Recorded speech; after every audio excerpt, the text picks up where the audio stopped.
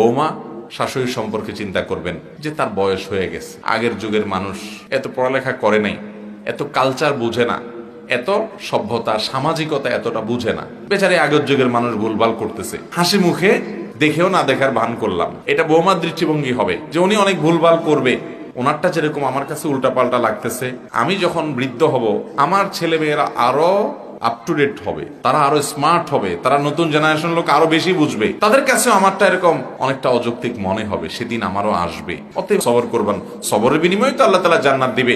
বড়দেরকে সম্মান না করলে নবী সাল্লাল্লাহু আলাইহি ওয়াসাল্লাম সে আমার উম্মত না। নবী সাল্লাল্লাহু আলাইহি ওয়াসাল্লামের এই কথার কারণে তিনি শাশুড়ি আম্মা আমার বয়সে তো বড়, আমার মা সমান তো, ঠিক আছে, এই জন্য আমি তাকে শ্রদ্ধা করলাম। তিনি উল্টাপাল্টাই করতেছেন, আমি মেনে শুনে নিলাম, এর নাম ভালো মুসলমান, মনটা ভালো। একই কথা শাশুড়ির জন্য প্রযোজ্য।